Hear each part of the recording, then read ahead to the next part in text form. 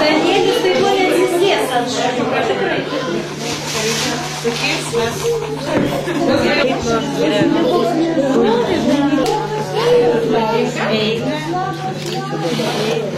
Vertinate priemonę draugoterapija, kuri atvyko šiandien?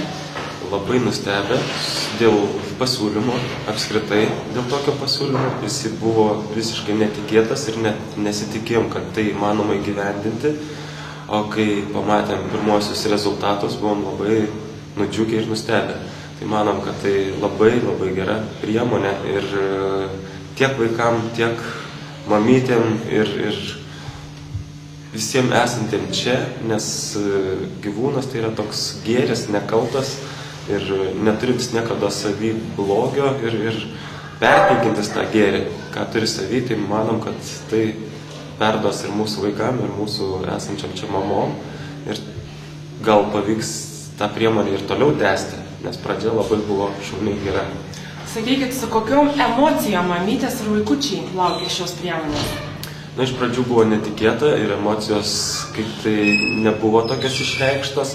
Iš tikrųjų galvojo, kaip čia galėtų viskas įvykti, bet kai pačioj pradžioj pamatė, mamos pačios pamatė vaikų reakciją, tai žinoma nudžiugo ir džiaugiasi ir netgi dabar dar pačio proceso metu ir mato, kad tai yra gerai.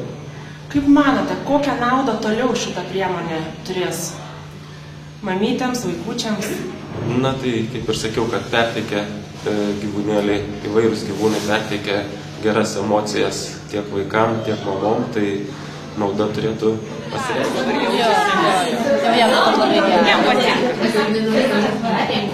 Jeigu šuo rodo pilvą, reiškia, kad yra. Ramutės, apaploja.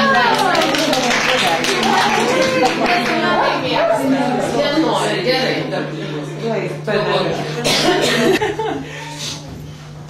Jumis pasitikote draugoterapija. Ar laukite? Nu, čia daugiausiai emocijų vaikams, džiaugsmą. Gal pirmą kartą matė šunį gyvą. Kokios naudos tikitės šios priemonės? Nu, tikiuosi, kad jau pažįsta, kas yra toks šunis, išeis į laisvę ir nebijos gyvūnų.